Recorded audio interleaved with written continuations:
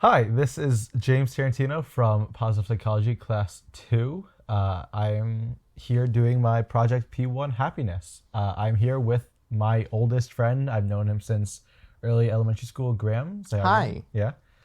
Yeah. And I figured I wanted to bring him on to talk about what would be considered the good life. I feel like we have a lot of just, shared experiences in our time knowing each other for a while, as well as certain things that we've done this year separately that I think can connect and relate to it.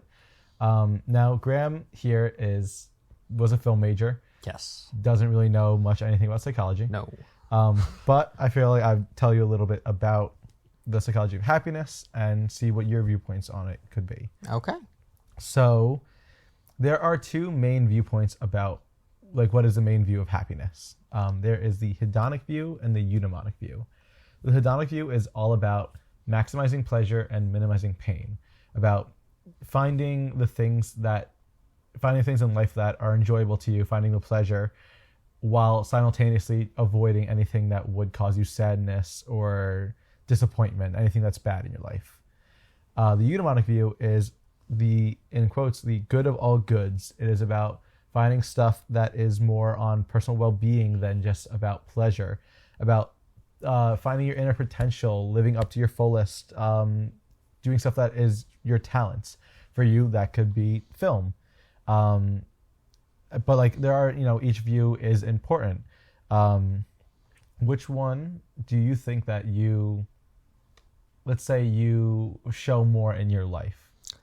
Oh gosh. I mean, I think both viewpoints are completely valid. I don't think there's any, a theory of happiness that's wrong. It's kind of cliche to say, but I do think eudaimonic maybe has or it's something that I value more, I would say. Probably the times in my life where I'm just purely the happiest are when I am in my house with my girlfriend and with our two dogs, and just sitting together on the couch and watching a movie, and we're all just as kind of like one little happy family. Makes me really happy. I'm gonna interrupt him right now. We are sitting on his couch, petting his dogs. Yes, we are. Which is making me pretty happy. Exactly. I feel like something like being a pet owner. Yeah. So you've met my cat. My roommate just got a cat. She's got a kitten. Toast. Her name is Toast. She is the cutest thing. You met her last week. I love Toast. I'm not even it's not even my cat, but I'll come home from classes and I open the door and she pitter patters down the steps and just runs at me. That's just something little things that just makes me so happy.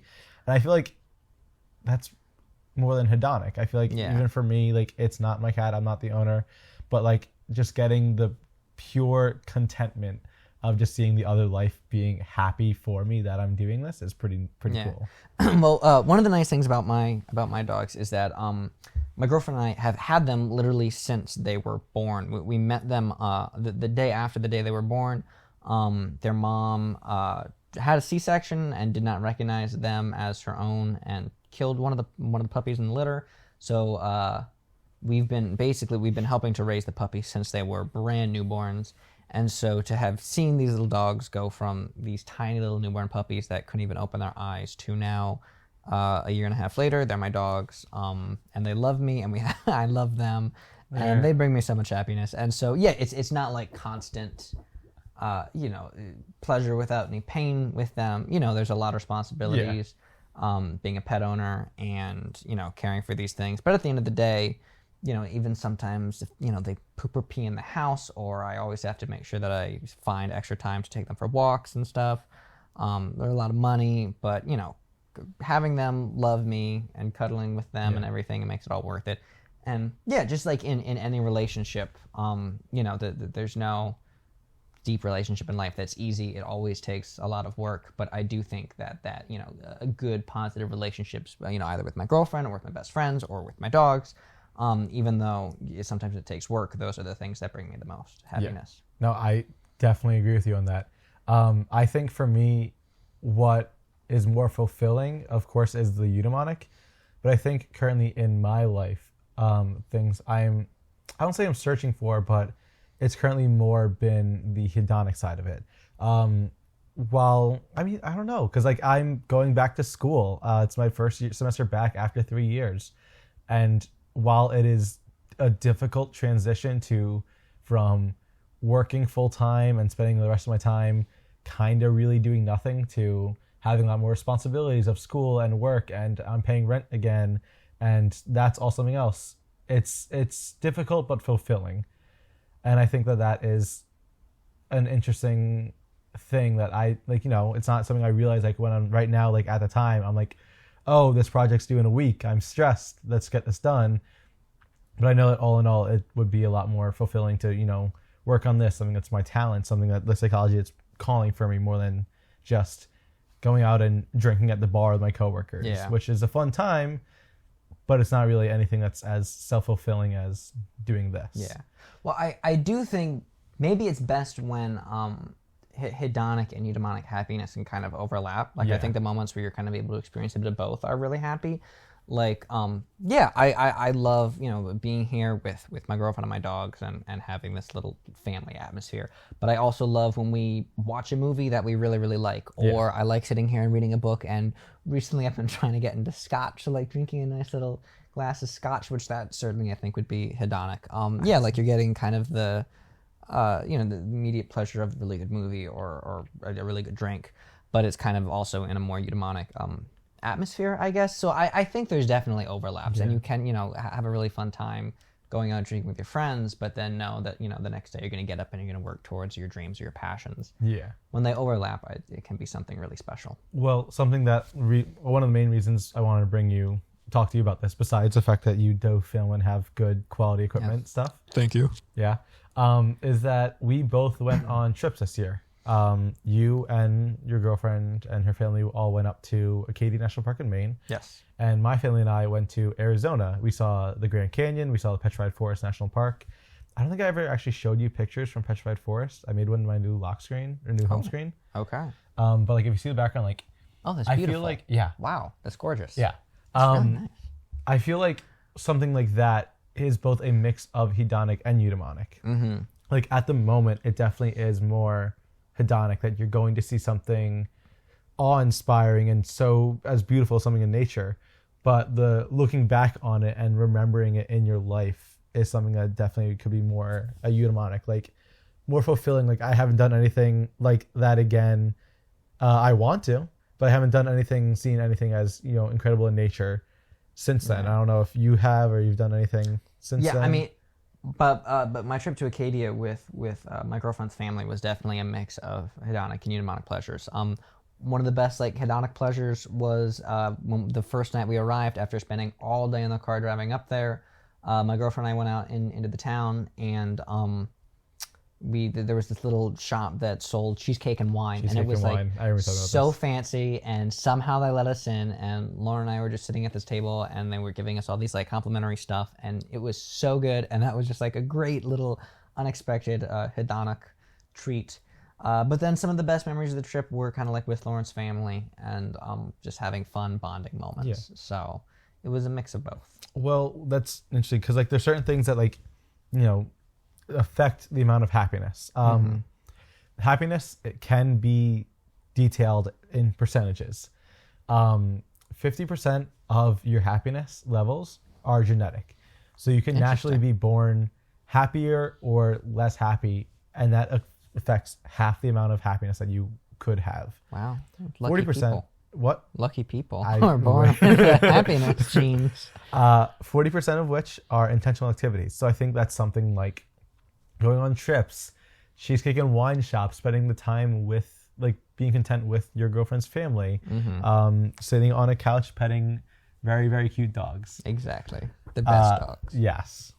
Which I think that's, while as much as the 50% genetic is important, if you don't have that, your max is already just going to be less than the 100%. So the rest of 40% is what you need to do to affect your life in the best way possible, I think. Okay. The final 10% is life circumstances, just the cards you're dealt in life. Yeah. Rich people, there's a certain level of thing, like people say money can't buy you happiness, which is true to a point. To a point. Yeah. Money, if you are in poverty, if you're struggling for your basic needs of life, having money will definitely raise your happiness. Yeah. But after a certain point in life, once you have enough money to be getting by, it actually is proven to show that money doesn't buy happiness. There's very similar happiness levels to people in the uber wealthy, to people who are lower middle class. As long as they have enough what they need to get by, that is good enough for them. Which I think is a very interesting thing to say, because I also have thought, oh, I'll be much happier. I'll be able to do more if I'm rich. If I have more money, I'll be happier. But it's proven to not be the case. Interesting. Yeah. Now, I will say, talking about trips and remembering this, memories do give you pleasure. And thinking back on fun things that you've done are a great thing. In 2017, I was living on a boat for about a week and a half. I feel like I told you about this. Wait, what? This was maybe I remember this. And this was the summer after we graduated high school. Yeah. It was for Boy Scouts.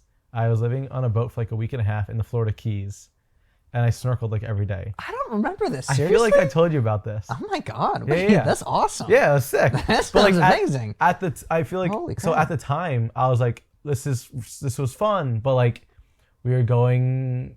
Like a lot of the day was just spent sitting on the boat, not doing much. You poor thing. And like this is what I'm saying. How like the memories can bring more pleasure than sometimes even the experience itself. Yeah. Like at the time, I was like, this is a lot of fun. I'm snorkeling every day. I'm in the Florida Keys. It's beautiful out. But also at the same time, like, cool, we're snorkeling once a day. The rest of the time is sitting on a boat. We have to like do the boat taking like dropping anchor, raising manning the sails, all our stuff. Yeah. Which at the time I was like, this is a lot of fun, but now thinking back on it, that's sick. That's incredible. Yeah. Like, I don't think I've done anything that cool before. Yeah. Like, I was just talking to someone about it. They were like, what did you see? I was like, I saw a couple like shipwrecks. I saw sea turtles, a bunch of sea life, like a bunch of like aquatic, like plant life. Often I saw a shark. Which like was a little scary, but it was pretty cool. I mean, you made it. Yeah, but like there's certain things about like how just like the memories can bring you pleasure, but there's also about how certain times the memory isn't as faithful. How the recollection of the pleasure is not as. It's called the Pecan theory. Yep. The recollection of pleasure is not a faithful summary to the individual moments. Okay. So like in my trip to Arizona when I was at the Grand Canyon. Thinking back on it now, I'm like, thinking back on it, I'm remembering a lot of the beautiful sights, but I'm also remembering how my mom was deathly scared of the heights and we didn't know that. How on another day of the trip, we went to Sedona, which beautiful town. I honestly think you would love it. Like beautiful town, like really artsy town with all these like sights and hikes and stuff nearby. And because my mom was so scared of it, like, her and my sister were dropped off in the town, and then we did a driving through and didn't actually hike anything. Okay. I would have loved to do both. Yeah. Because like I feel like that's our scene. Like that's my scene. I feel like you'd get it as well. But like, just remembering how much fun I had on the trip, remembering it more intensely, is not as true to form as what it actually is. I think that's very interesting because I mean I think that's 100% true. I could not agree more. The time in my life that I think I always reference as when I was the happiest was in 2019. It was the first time that my girlfriend Lauren and I went. Growing up, I always went to this place in Canada with my family every summer. It was the first year that Lauren and I were together, and I took her to Canada with me. And it was just 2 weeks of us together with my family on this island in Canada. And it was so much fun, and it was full of both hedonic and eudaimonic pleasures. Lauren and I were we were still pretty new in our relationship. We've only been together for like a couple months, but we were still like it was still exciting and fresh, but we were, the nervousness wasn't there anymore. We're getting more comfortable around each other. We had a great time together. I was with my family. I didn't realize it at the time, but that was the last trip to Canada I got to take with my step-grandfather, because after that COVID hit and in 2020 and we couldn't go up. And then he just last year passed away from cancer. And so that was like my last big trip with him. So it was great times with Lauren, great times with my family. It was so much fun. It was like the happiest I've ever been, minus getting my dogs. Maybe the happiest I'll ever be for a while. Yeah. Again, minus the dogs. I love the minus dogs. The dogs. And so I always reference, Canada in 2019 as kind of like the pinnacle of happiness. Yeah. But at the time, like, I definitely didn't realize it. Like, in July of 2018, I was like, oh, this is great. I'm having a great time. This is awesome. But it didn't really sink in. Like, this is peak. You never great. could know at the time that this will be the happiest you'll be. Exactly. Like, looking back, I think this year has been one of the best years for me. Yeah, I would agree. I truly, like, so many things I did, the times I spent with my friends and family, like getting back closer again with my family, was incredible. But like, you don't realize I don't realize it at the time. Yeah, it's only when you look back. Yeah, I think rose-colored glasses really have a big impact on happiness, because so many times where I look back on a memory and I'm like, oh, that was such a great time. I had so much fun either on this camping trip or this whatever, and and then when you really start to think about it, you remember what you were actually thinking and experiencing at that moment, and you're like, oh, the whole time I was just like bummed about constantly setting up the tent or whatever. Yeah. Like, there's always, you always look back on the memories more fondly than when you were actually experiencing them. Couldn't say it better myself. Now, I will say part of this thing is about what tools you use for living the good life, and how would you explain to others to live the good life. I'm going to ask you first on what you think would be a good way to do it, and then I'll let you know what we've talked about in my notes for the class about what are major contributors of happiness. Okay. So what do you think would be a good thing for someone to live the good life, be happy and content in their lives? I think at least kind of like searching for those eudaimonic pleasures, because I think so much happiness does come from relationships, either with a partner or with friends or with family, or engaging in some kind of activity that gives you personal satisfaction, like a hobby that you feel really strongly about, or some kind of art that you feel really strongly about. I do think a lot of people our age, like in their early 20s, really kind of idolize this like rise and grind culture of like constantly, looking for like especially in like the professional realm, this kind of like perfection, and then when they don't reach that, they really beat themselves up over it. And I mean, like, will do whatever you want that will make you happy. That's kind of the whole point, is whatever will bring you happiness.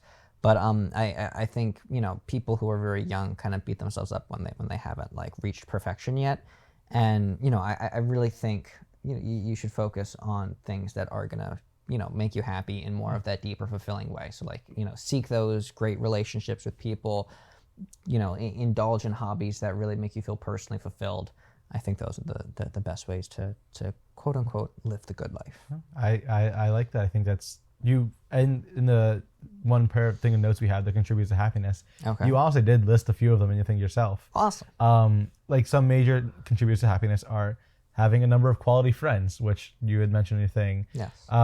This says being married. I feel like being married, being a strong, committed relationship. Pursuing leisure activities. You said friends, family, partners, and doing things you like in things that you said. So you really did do it well. Awesome. And this one, I think, underneath it is employment, but not necessarily income, which I think is a very important way to do that. How you said people in this culture focus on the rising grind. They focus on getting the jobs that will make them the most money, that they'll be able to do what they want with the money. But if they're not necessarily even enjoying what they're doing, I think that's very antithetical to doing what you want, like living a good life. If most of your day is working at a job that you don't like to have money to do stuff that you want to do outside of work, it's not a good mix. Yeah. Most of the time, you're still going to be unhappy at your job.